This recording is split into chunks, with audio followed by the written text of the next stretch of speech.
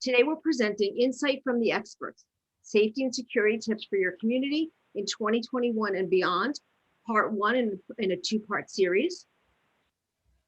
I would like to let everyone know that we are recording today's presentation and it will be available for replay. Today's presenters include Bryan Hughes. After starting his career in property management, Bryan began working in the electronic security space as director of sales for a large design and installation firm in Seattle. Bryan's clients included multifamily, but also extended to police and government facilities, high-tech companies, and biotech. He later transitioned to work as an independent consultant and speaker on trends in the industry in a post-9/11 environment.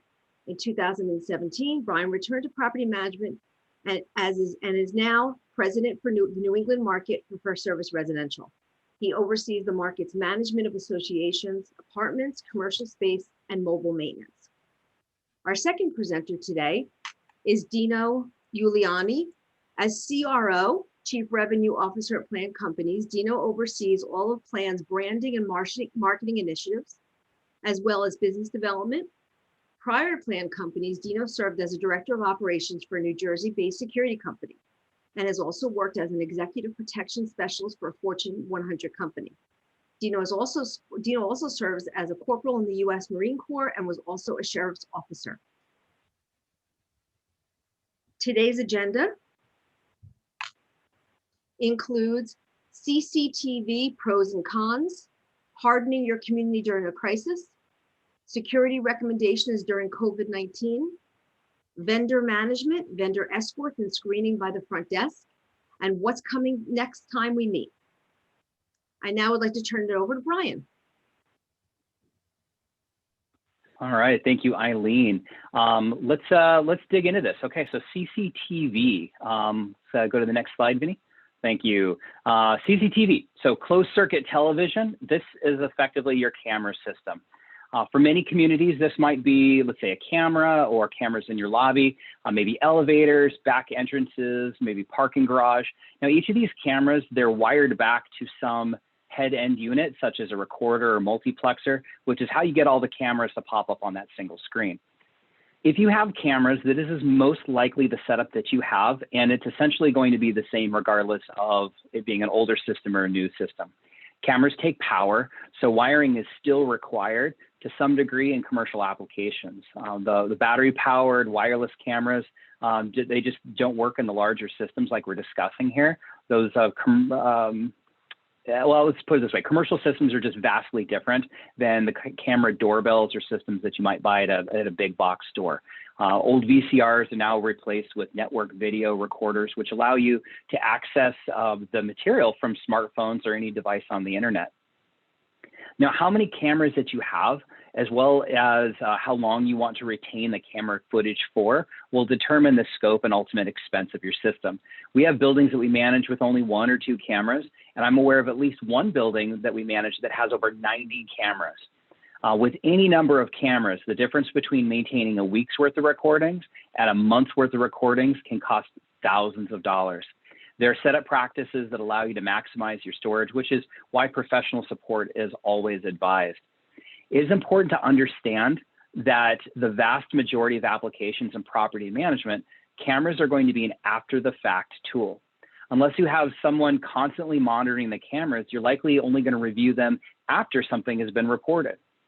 There's some deterrence factor. You know, people will potentially see the cameras and maybe wave off, but again, this is affected principally by your budget, given the allowable number of cameras that you can afford in your system. When I worked as a security consultant, part of the role was to evaluate existing systems. Rarely did I find a structure that was secured well enough that I couldn't, find a blind spot or avoid the cameras in some way. Camera systems are a great tool, but you need to really have the appropriate expectations. Now, I think it's worth noting, and I would be remiss if I didn't add that what we see in the movies and TV shows is very rarely a reality. Taking some low light, grainy picture and then magically enhancing it to identify some minuscule mark on someone's clothing, it's not going to happen. The technology shown in these instances is far overblown, even for the government. And while there's some software technologies that can be bolted onto a camera system to assist with, either facial recognition or behavioral analysis, These are most typically reserved for the retail space or government applications. So if you have cameras installed, be sure to have a professional security vendor do the work. Now, legally, anyone with a low volt electrical license can run the wires and install the systems, but it's important to ensure that the angles, the color balance, and everything else is set up properly. There can also be privacy issues. So you work with management on this as well, but ensure that you consult with your association attorney to verify if you need signage or should you take any additional steps.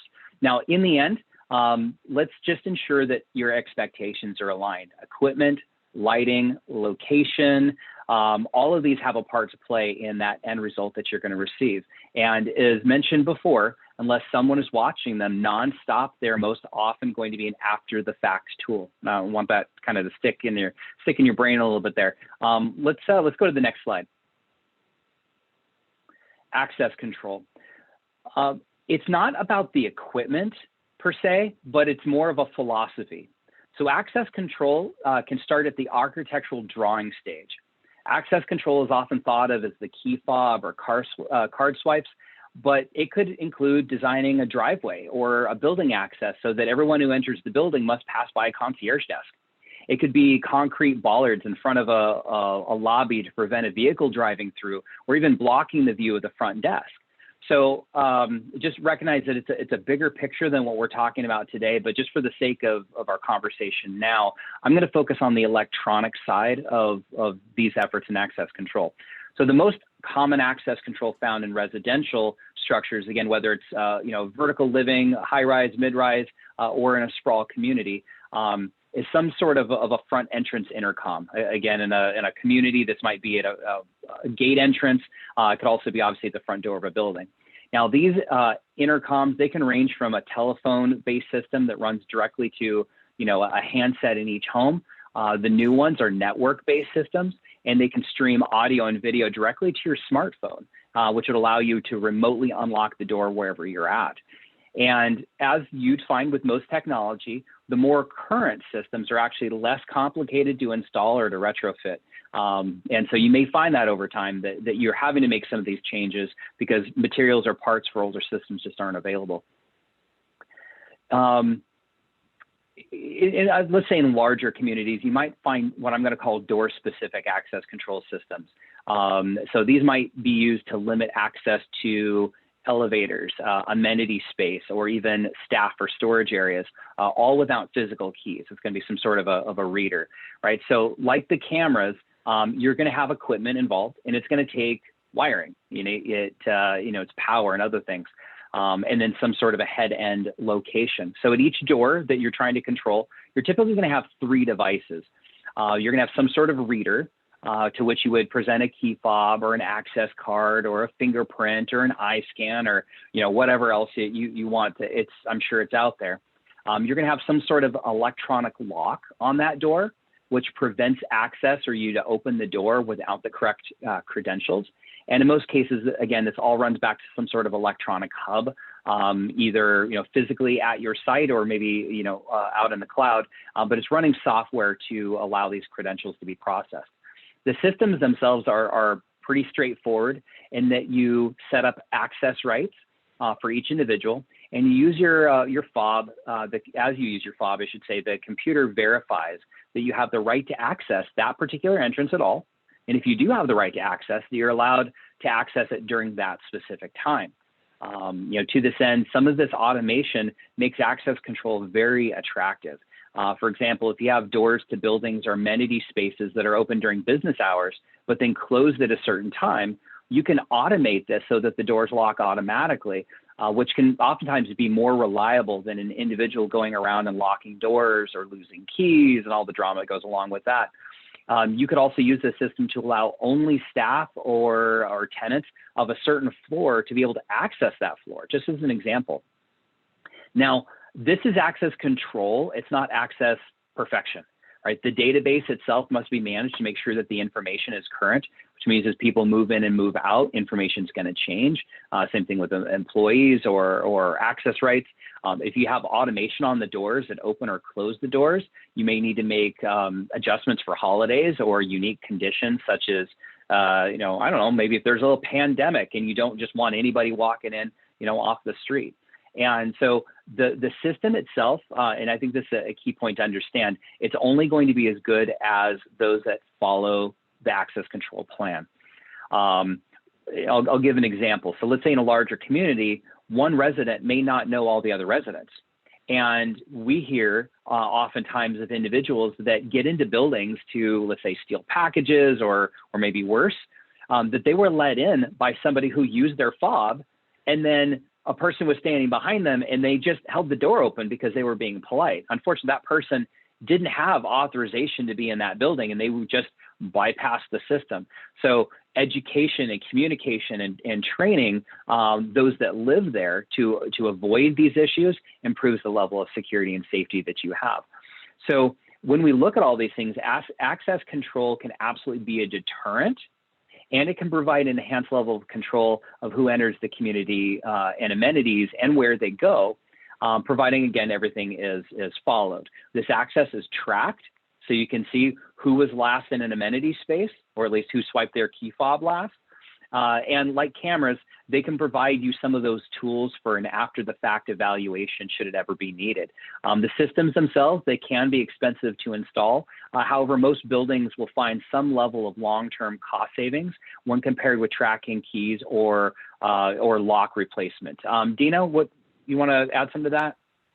No, absolutely, Bryan. And first of all, I just want to say I'm honored to be presenting with Bryan today. It's rare that I get to have this kind of yin yang around technology and people for this very timely presentation. So absolutely, I'd love to add to what you said, and fantastic on the first couple of points you made here. Vin, if we could move forward. So I always like to say, and I know Bryan and I have discussed, technology is simply not enough. Having technology in place, having cameras, having a fantastic CCTV program in place at your property does not mean that you have everything you need for security. I always like to say cameras are only as good as the people behind the cameras.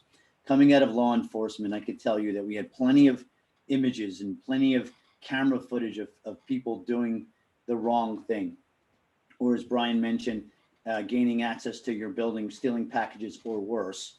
Having that video of somebody doing something wrong does not mean we've caught the criminal, does not mean it ends here. We have to match that photograph, match that video with thousands of records, and still might not come up with anything more than a bad guy doing something bad at a property. So cameras and people working together, which is why I'm so excited about today's presentation, because I think technology and people are exactly where Bryan and I, I've done plenty of presentations and never one that got me this excited that we could bring the two parts of security together. So very excited about that.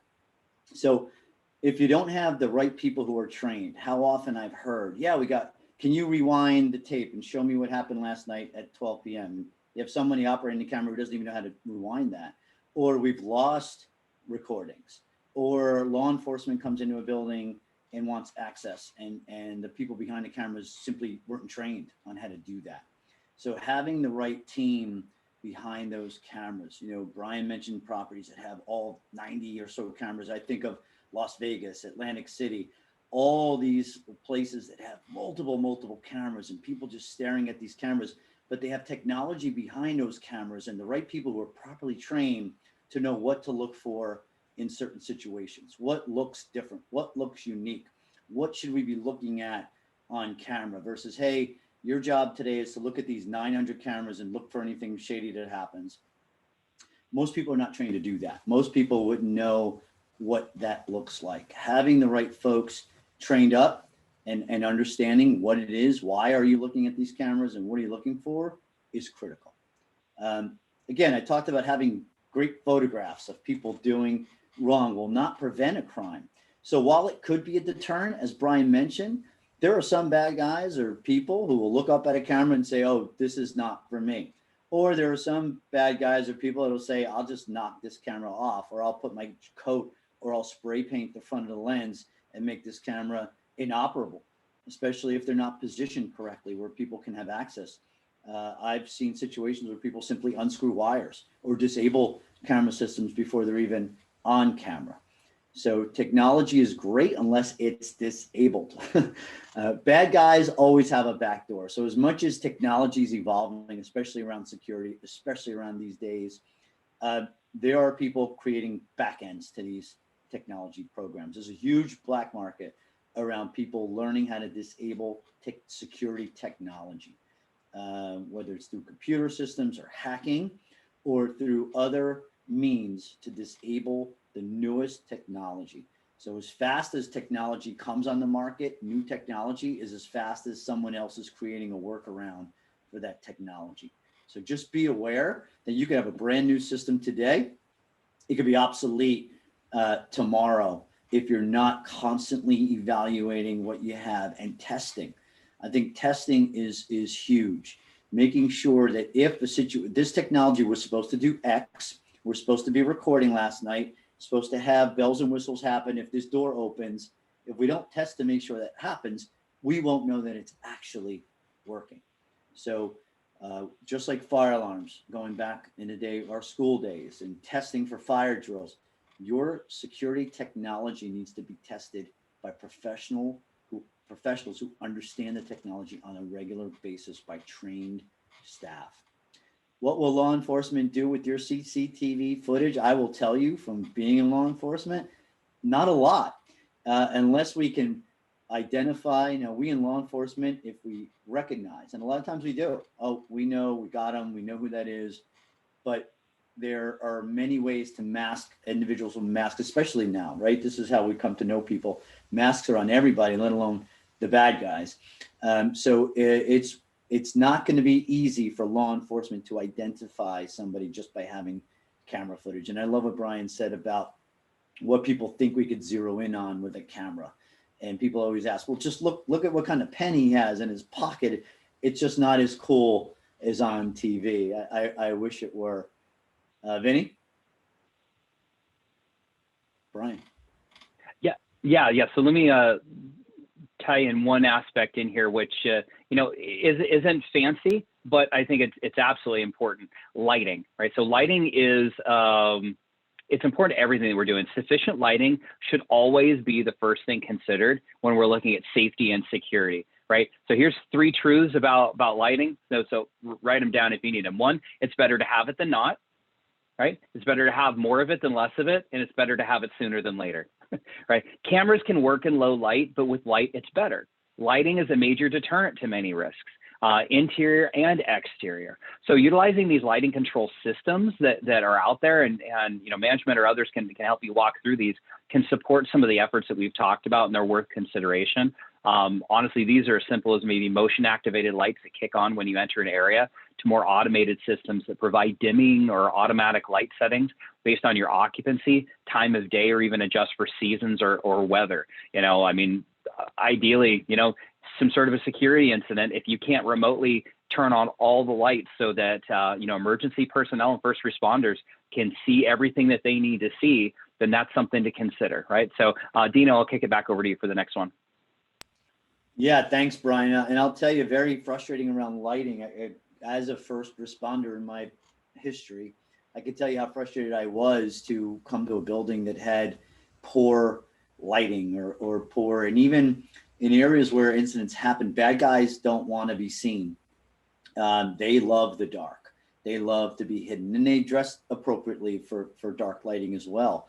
Areas to consider that I typically find low lighting: garages, places where people park their cars, unpack their groceries or goods, and have to park to come into a property or into a building.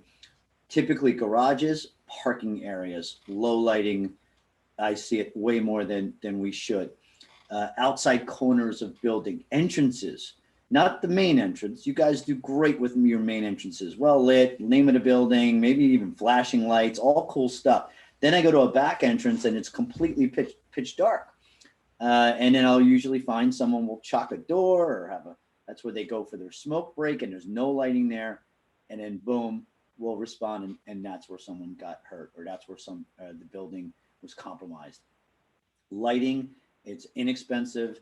good bulbs, add a few extra lights. I love what Bryan said about the activated motion sensing lights. Those are always great to have. They can be scary. They're a deterrent. It's an inexpensive way. And with that, I may as well throw it in there, signage, basic signage. This property is monitored by 24-hour surveillance. Little things like that can scare somebody off and is very cost effective, inexpensive. So we're going to get into a little bit of crisis management. Vin, if you can go to the next slide, just because that slide is a little boring for everybody. I'll talk about what we mean by that. So right now, crisis management during these times, we're all watching the news. We see it's very timely to talk about preparing our buildings for either civil unrest, things that can happen.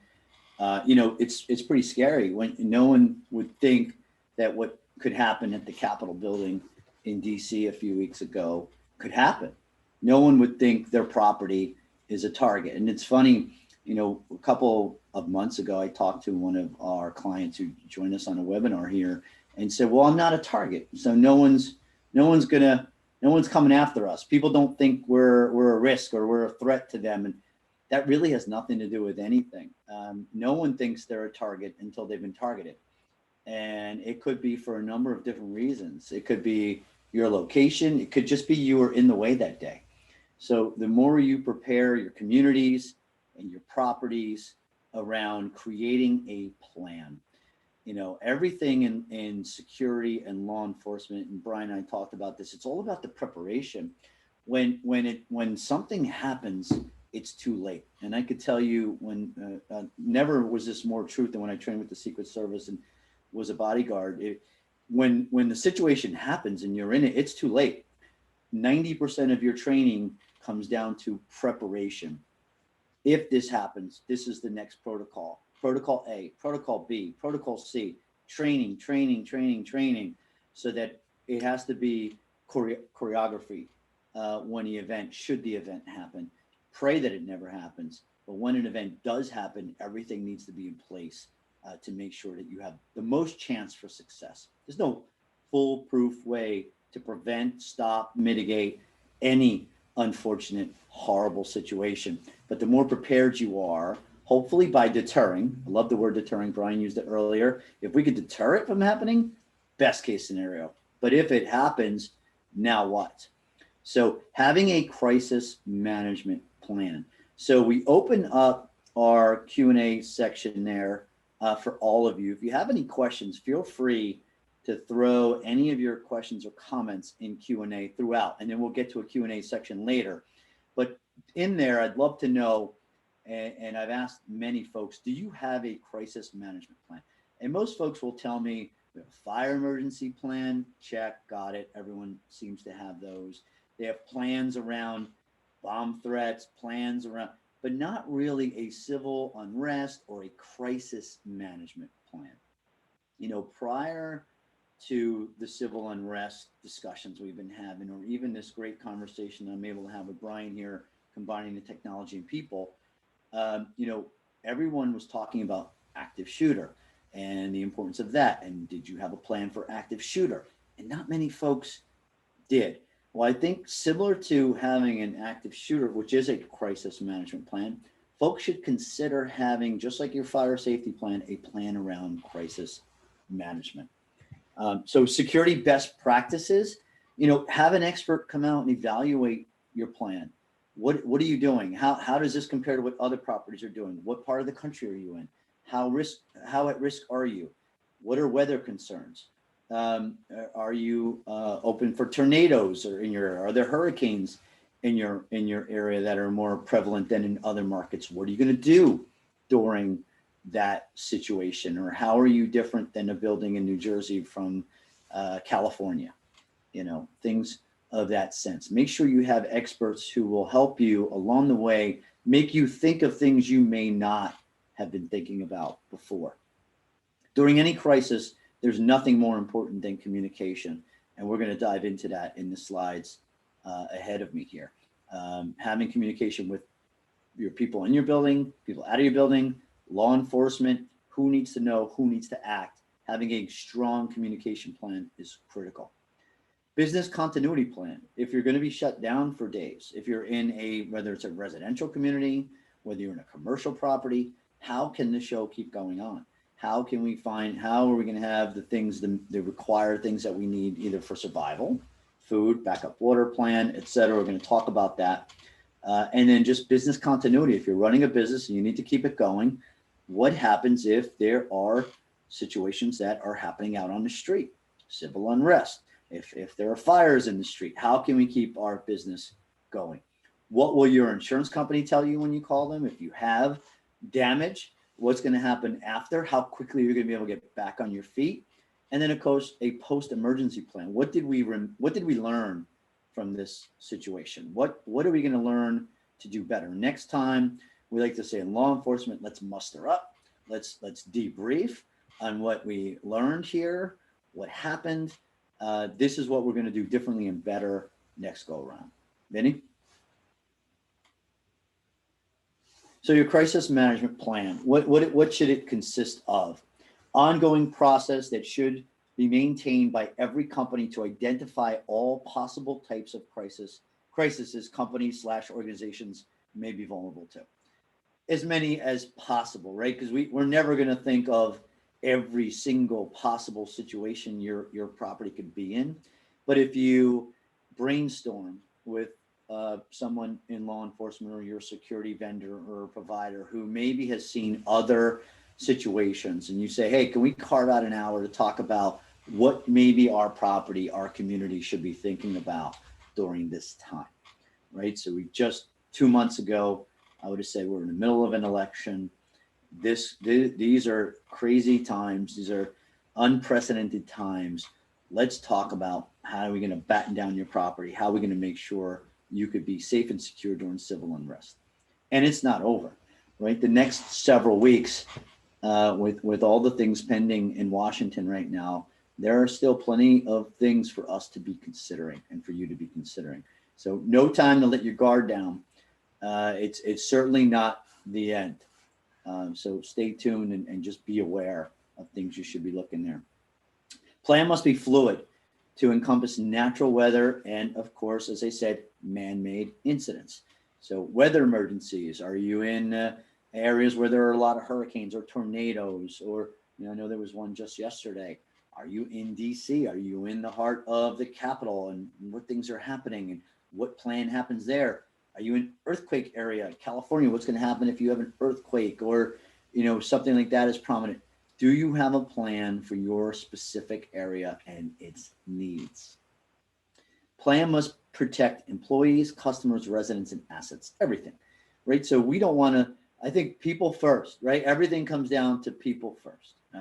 Any security expert will tell you that. Once we protect the people, assets are next. So we want to save lives the best we can. And it could be 1 or 2 tweaks to our program or 1 or 2 tweaks that we were thinking about, whether it's a shelter, whether it's having an area for people to shelter in place, whether it's an active shooter situation or a natural disaster. Having a plan and a place for people to go could save lives by practicing. Whether it's you're used to fire emergencies, I think people got pretty comfortable with doing fire drills and getting out of a building for a fire drill. It's proven to save lives. Having a drill, having practice sessions around your emergency evacuation plan, active shooter, everything we can think of is as critical as it was when you were practicing your fire drill. When outlining the plan, determine the impact each type of crisis has on your building. So what's the potential of an active shooter crisis here? What's the potential of an earthquake? What's the worst case scenario? What's the best case scenario? And how can we mitigate the situation? What would be the best result coming out of a horrible situation? And let's measure it that way. What could be the worst possible thing that can happen to us is the worst, and then have a plan in place to get to the best possible situation, and then keep working on it so that we can always aim to hit the best possible situation. Revisit and communicate the plan with the staff. So what was good about your plan 5 years ago. So if you're one of the managers on the call today or a board member, dust it off and say, yeah, this plan in 1977, we have it. It's great. It says to pick up your wired cell phone from the car and call Magnum PI. Well, things have changed a bit since 1977. Technology, as Bryan is showing us today, and people have changed and ways of doing things have changed. So dust off your old plan and let's relook at it today to make sure it makes sense for today's times. Which there are things happening on the news every day that I've never seen in my lifetime, and I know a lot of you can attest to that. And there are new mitigation processes in place and security techniques in place to mitigate what's happening today. Plan's only as effective as if it's communicated out. You can have the best plan in the world sitting in your desk. If the staff is not aware of it, if people aren't trained on it, heck, even if residents aren't aware of the plan, then you may as well not have a plan. So revisiting it, communicating it out to the team who needs to react to that plan, need to be trained on that plan, is critical. Vinny? So some security best practices during a crisis, because there's no way I could list every possible thing that we should be thinking about during a crisis, but conduct a thorough physical security audit. It's best to do this at night when it's not pure daylight, to evaluate things like Bryan was talking about with lighting and knowing where your vulnerability is and being honest with yourself. No different than when you're taking care of yourself, or you have to be honest with yourself about where your starting point is. It's the only way you're going to get better. You have to admit that you have an issue, and that admission can come from a security expert saying to you, do you know your back door doesn't shut well? Yeah, never going to be an issue. Oh, it very well could be. So admitting that that's an issue. Piggybacking, like Bryan was talking about earlier, maybe training residents. If you don't know who somebody is, it doesn't hurt to question them and ask them. That could be a deterrent in itself. Everybody is responsible for security. I love to say that all the time. It's their homes. It's their places of work. It's wherever they are. If they're spending time there, security should be important to them. And security is inconvenient. I talk about the airports after 9/11 and what we thought was going to be crazy. You have to take your shoes off and do all this. Now it's second nature. So for security, while it may feel like inconvenience in the beginning, after a while, as we train people, it will become second nature to them and not such an inconvenience. And then they become part of it, and they feel part of the security team, and they want a safe and secure environment. So I encourage you to do that. Remove items such as trash cans, company vehicles, etc., out of sight. So if there's going to be civil unrest, we saw what happened at the Capitol. They use tools that are already existing, whether it's hammers that are on the ground, weights in your gym rooms, different objects that they can use as a weapon. So if there is a potential situation happening in the world, if we're going to announce the new president tomorrow, if we're going to talk about a tough situation, if someone's going to be found guilty or not guilty in the news tomorrow, having a plan before those announcements or a lockdown in case of, or hey, residents, sorry to inconvenience you, but the amenities in this building are going to be shut down for the next 48 hours, 24 hours, 72 hours, whatever you decide. Have a plan so it's not shocking to the residents. Let the residents know when we find that there will be a potential for civil unrest, here's our protocol. And yes, you're not going to be able to use the gym for 24 hours. You're not going to be able to go in a sauna or a hot tub or the pool. I'm sorry, your safety is most important to us. This is our protocol. Security cameras, confirm they're working. Bryan talked about you could have 90 cameras. I walk into these buildings, yeah, they got 120 cameras, 80 are working. Well, which are the ones that are not working? When was the last time they were checked? Is it something silly that's not happening? Or did they move? Did someone move the camera and now we're just staring at a wall? Do you have staff that cares about a camera not working? Or are they just throwing up their hands and saying these cameras never work? So we've gotten used to it. No one cares. When we tell them the camera's broke, told them a million times, wrote it in my report. that the cameras aren't working, and no one read my report. So if management or if the building doesn't care that the cameras aren't working, I'm going to stop caring that the cameras aren't working. So make sure when you get a report about cameras not working or they're down, take it seriously, because if everyone starts giving up on the security and the process and the technology, then it's not going to matter to anybody, especially the people who are responsible for making sure for the safety and security of the property. Board up necessary windows or doors. Sure, it's a little bit of a process, but if you think there's a potential, especially for civil unrest or protests in the street that can damage your property, the time it takes, the effort it takes to board areas up is well worth it. You could save your property from damage, and you could save, most importantly, people's lives and keep residents and tenants in commercial buildings safe by putting in a little extra effort ahead of time. I will tell you, I know, and I've talked to a lot of security experts after what happened at the Capitol about what they could have done. And if you watch the inauguration, well, that's what it should have looked like when the Capitol was attacked. So as you could see, they learned from one horrific event, and the second event had absolutely zero effort or zero chance of a problem happening, because they hardened the target, which I love. Visible security guards, unarmed. Ensure hired guards have certification. Guns are not a deterrent. People are a deterrent, and people and their knowledge and systems are a deterrent. People like to attribute weapons. Sometimes weapons can be a bigger problem than needed. Certainly in law enforcement, I've seen plenty of weapons being used the wrong way because someone had a weapon available. So perhaps somebody was going to use a bat, and because you had an armed officer with a gun, now the bad guy had access to a gun.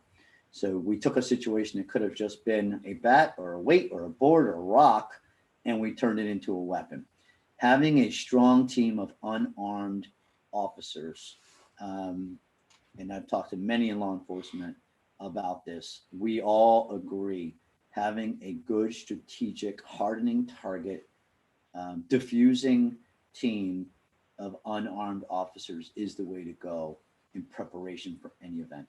Like I mentioned earlier, after the event is happening, there's not a gun that's going to stop it. As you saw, all those law enforcement officers at the Capitol, those Capitol police officers, they were all armed, and that didn't stop anything from happening. So keep that in mind. Test fire alarm and alert systems in advance. We don't want to find out the day of an emergency that these alarms aren't working, or this technology that you spent all this money on isn't working. So make sure you're regularly testing these items to make sure they're working. Make plans for delivery, equipment shutdowns, staff logistics, closing procedures. If the staff are not prepared to stay overnight, let's say, or the residents, if there's medical emergencies in the building, et cetera, we need to be prepared for those situations. Vinny, let's keep it going here and keep me honest on time, because I'm not looking at my watch. Communication crisis. Keep your staff and residents informed. Updated, accurate information is critical. Closing amenities I spoke about earlier. Mass SMS or email. You want mass communications. Hey, don't come to the building. We're in the middle of a lockdown. You don't want a resident who's out shopping to come home to their building when they could have just gotten an alert on their phone. It says, we're in the middle of a lockdown, don't arrive here, versus people are trying to get in the building, not knowing what's happening. Same for getting people out. Keep vendors updated for scheduled deliveries. Hey, we're not receiving, hey, UPS, not receiving deliveries for the next 3 days. Don't try to come here. Don't leave them on our front steps. Hold all of our deliveries for the next 3 days. Communicate with law enforcement. What do you all expect to happen in the streets? Do you know of any known activity? A lot of times law enforcement will know we have potential threat from this group who says they might come to our town on this day. This is what you should be prepared for. Vinny, go. And of course, I mentioned a business continuity plan. What are we going to need? What's the backup generators look like? How long life do we have? Do we have generators? What if we have no lighting? What will we need to keep residents happy and safe? if we had to lock them shelter in place? What if they can't come back to the buildings? What are we going to do? All things that we should be thinking of to either keep your business, your residential building, or your community going, operating after a situation like this. Go ahead, Vinny. Insurance. Talk with your insurance company before a situation. Make sure that you are covered, the amount of coverage you need, whether it's broken windows, broken whatever, things you may think you're covered by an umbrella policy that maybe you're not. Confirm with them, make sure you are, make sure those damages are covered, and do they cover for business loss of business during civil unrest situations? Are you covered by it? Is there a financial gain that you can have by not having that? Vinny? And of course, reevaluating everything after it's over. You know, how did we do? What could we do better next time? Let's debrief. What did we learn? Do we need to go back to our plan, create a new plan, make changes in this plan if necessary? And in most cases, I think if you find there's always some weakness that you find, unfortunately, during an evaluation that can make you better next time. Go ahead, Vin. All right. Sorry, Brian. I think I went a little over there, but going back to you, but it's an exciting, timely topic. So it was worth the mention. Absolutely. No, what you said was awesome. I appreciate that. Thank you. Just a couple of points as we kind of wrap up this whole subject here before we move on to the last couple of things we're going to talk about today. And really just edifying, Dino, what you were saying is all of this will require having some difficult conversations, right? Boards, management, everybody involved, they need to have these difficult conversations in advance. So a couple quick points with that. One is when you have your plan, right, and following everything that Dino talked about, is empower management to act on the plan. You know, at times, I'm thinking civil unrest that we had over the course of the summer, there's not always a whole lot of time to, you know, gain board consensus and get everybody's input on it. So when you have the plans identified in advance and management is empowered to act, right, then they can do it. Then they can fulfill part of their role, right, which is, you know, maybe additional security is needed. Maybe we need to board up the lobby, you know, and while you may be visualizing a high-rise building based on what we're talking about, you know, trust us, this applies as much to, you know, an HOA gated community to you know, an active adult community. It applies to all of them, right? So final note on here, and this is specifically to board members as much as anybody else, our communities are very diverse. And so while each board member is certainly an individual, the board meeting is never a place to share personal opinions regarding politics or anything that's divisive, right? Save that for your personal. When you're acting as a trustee, you need to act a certain way and work together. So Dino, I'll kick it back to you for the next part. Thank you. Yeah, so quickly here, because I know we're running late on time. So, you know, security during COVID-19, difficult times. In addition to civil unrest, of course, we had this COVID-19 thing that we're still dealing with. And you know, hopefully everyone is safe and taking all the necessary steps out there to remain safe. But, you know, unfortunately, during difficult time, crime tends to be on the rise. People take advantage of horrible situations. Keeping your staff safe, not just your front desk, your security team, your janitorial team, your management team, everyone, how are you going to keep them safe? Adding barriers. You know, a lot of our lobbies we added because people tend to linger in lobbies and want to talk to the front desk folks and want to make and want to, they're coming for their packages. And, you know, people, you know, they could put your staff at risk. What's going to happen if someone on your team gets sick and they have to take that 2-week protocol and be out at home, you know, not being able to come back to work? What are you going to do? Do you have backup staff?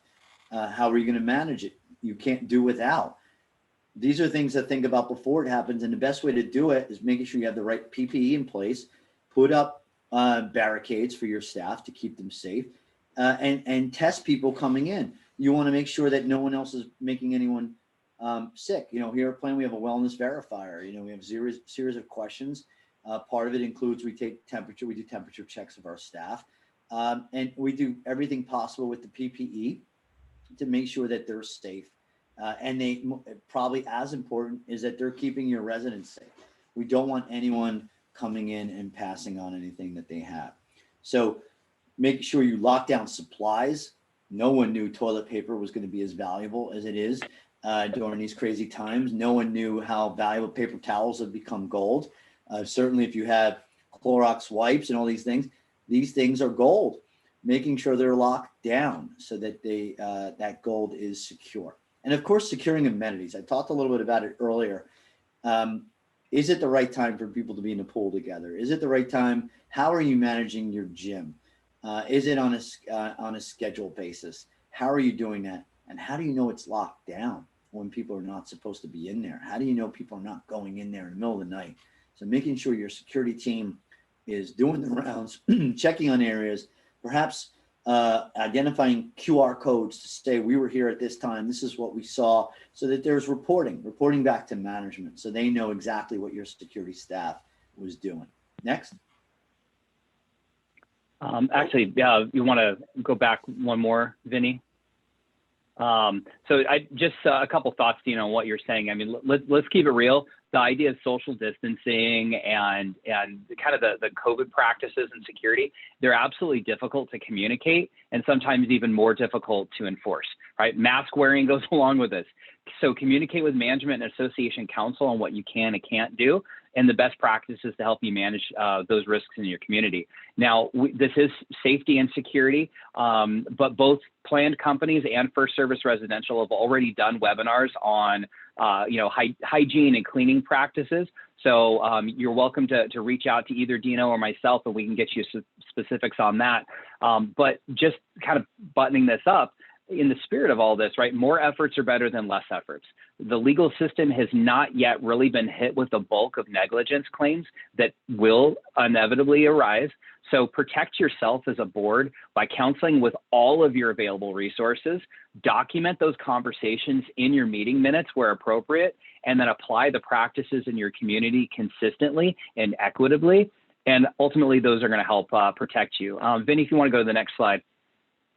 So I want to chat for a second about vendor management, which has absolutely been a real struggle for associations this year. I'm just speaking generally, most vendors have had, multi-month delays in their work in 2020. When taken in context with year-round businesses, this means that all kinds of vendors are behind on service work, preventative maintenance, and the time it takes to produce bids and engineering work, if necessary, can also be equally as long. For your seasonal businesses, many have tried to cram an entire year's worth of their work into just a few months. In each of these circumstances, community management teams have had to navigate this reality.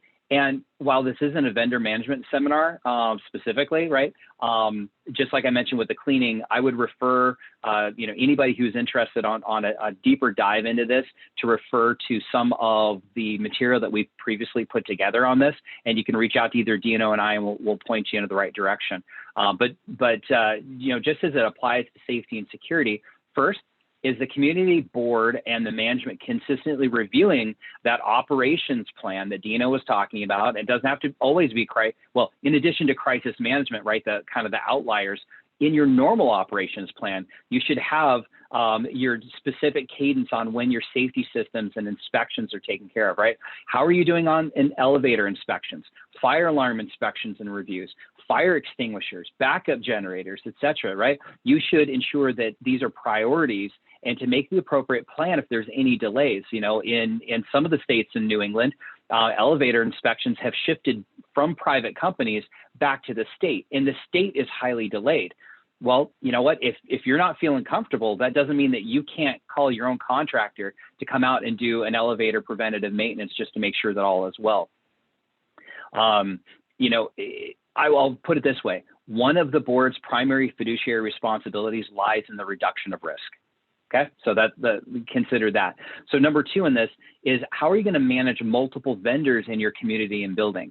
Dino will probably say a little bit more about this here in a minute, but it's important to plan that you're going to have all of these additional workers for your vendors. Now, not only your own building or community needs, but all of the individual unit owners that have had their work done and their inside work done, new cabinets or countertops or new closet systems.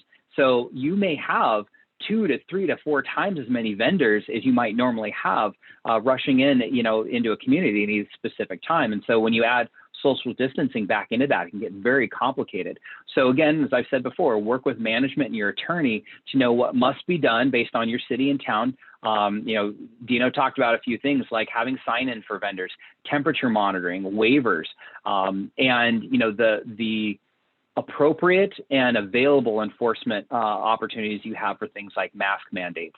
And again, I'm sure Dino will mention something about this next year, but security and even possibly escorts should be heightened and considered to protect people and property. So with that increased foot traffic, there's increased potential for someone to make an attempt at bad behavior. Dino, what are your thoughts on that? Absolutely. Vinny, if you can go to the next slide, we'll get into some of this here. So vendor management is critical at this point, like Bryan says. So first off, being a vendor myself, Planned is a vendor.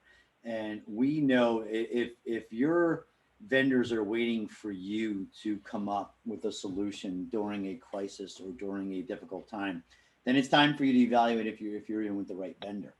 You hire vendors who are supposed to be experts at what they do, and they should be bringing risk and they should be bringing opportunity for making sure that you're less vulnerable during a situation. So your security vendor, your front desk vendor, your janitorial vendor should be saying, okay, here's what's happening. Here's what's going on in the world. Here's what we think you should be thinking about. And then the board and management can decide this is either right for us or not right for us. But they should be bringing you the best practices like Bryan and I are attempting to do today. You should have a questionnaire around wellness. You don't want anyone coming in and making your property sick. You want to make sure that you're taking the proper precautions. We plan to have a wellness verifier, and you want to make sure ask the questions, the minimal questions, and you might want to have your legal team evaluate your process to make sure that we're not crossing any boundaries. Explain building protocols. Hey, if you come in, you're going to have to wear your mask. This is the area you're allowed to be in.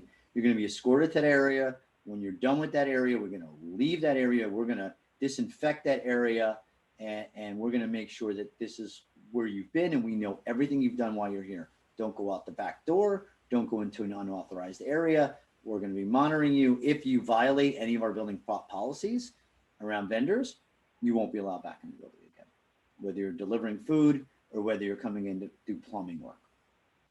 Must report to the front desk each time you need to leave or go out or come back. I need to go get tools in a truck. You can't go out the back door. You need to come through the front desk. I need to go get tools from the truck. We need to log you out, log you back in, make sure we know your movements at all times.